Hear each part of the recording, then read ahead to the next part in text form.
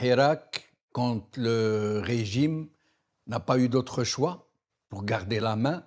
et sauver son emprise sur le pays, comment il avait entrepris de sacrifier ses propres comparses,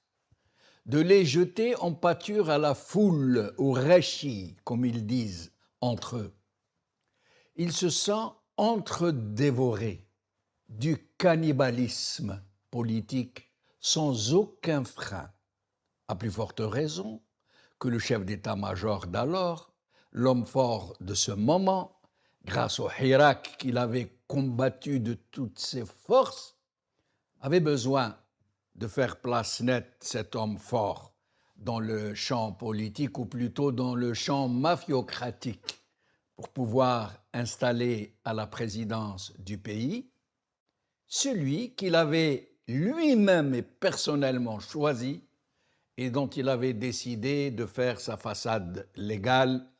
pour prendre tout le pouvoir à travers lui.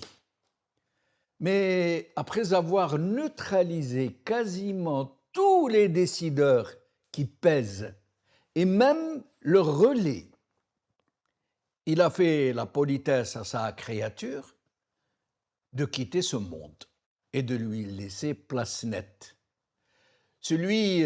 qu'il avait fait roi allait trouver table dressée pour continuer à faire le vide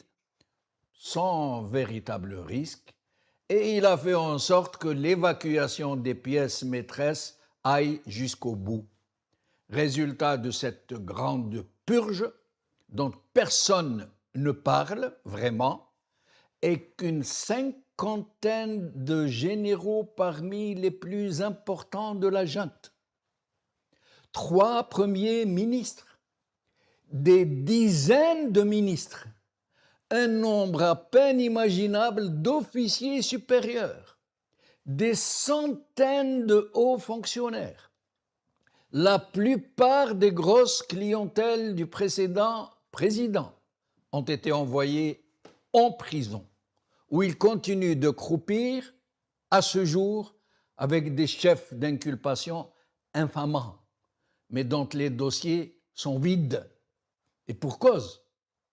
parce que s'ils étaient instruits de façon objective, ces dossiers, même ceux qui les ont accusés, les gens qui sont en prison, se retrouveraient